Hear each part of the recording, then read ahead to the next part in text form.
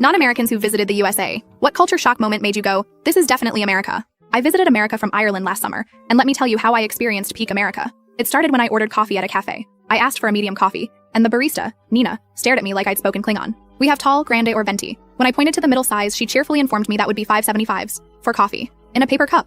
I nearly fainted. When I mentioned the price, Nina laughed and said, wait till you need healthcare. Later that morning, I was on the subway when a complete stranger sat next to me and immediately asked what I did for a living, my thoughts on the local sports team, and if I'd found Jesus. In Ireland, we don't even make eye contact on public transport, let alone discuss religion with strangers. When I gave short answers hoping he'd stop, he handed me a business card for his combination tax preparation, spiritual counseling business. Then I went to a diner where my waitress, Sydney, introduced herself with jazz hands and told me her life story before I'd even opened the menu. When I ordered, she asked if I wanted soup or salad. I said salad, and she brought me a super salad, which was apparently a thing. When I explained the confusion, she laughed so hard she had to sit down in my booth for a full minute.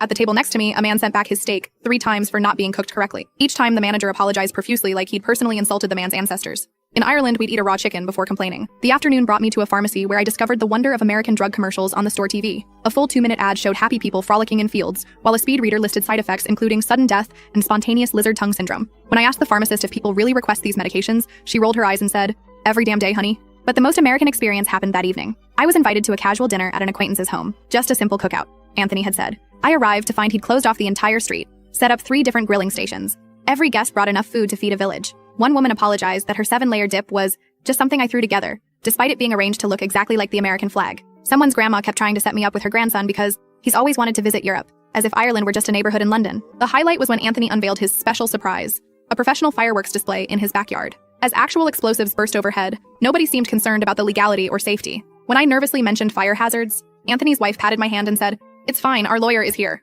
while pointing to a man doing flaming tequila shots. As I stood there watching a bald man in an Eagle t-shirt cry real tears while God Bless America played during the fireworks finale, I had my definitive This is America moment. Then Anthony's neighbor called the cops because the fireworks scared his emotional support peacock. When the police showed up, I panicked. In Ireland, this would end badly. But the officers just grabbed plates of food and watched the rest of the show. One even helped light the grand finale while still in uniform. I left at 2 a.m. with 14 containers of leftovers, 3 invitations to Thanksgiving from people I'd just met, and the business card of a cop who has a cousin in Dublin and offered me a place to stay anytime you're in the area. America, you beautiful, bizarre country. Never change.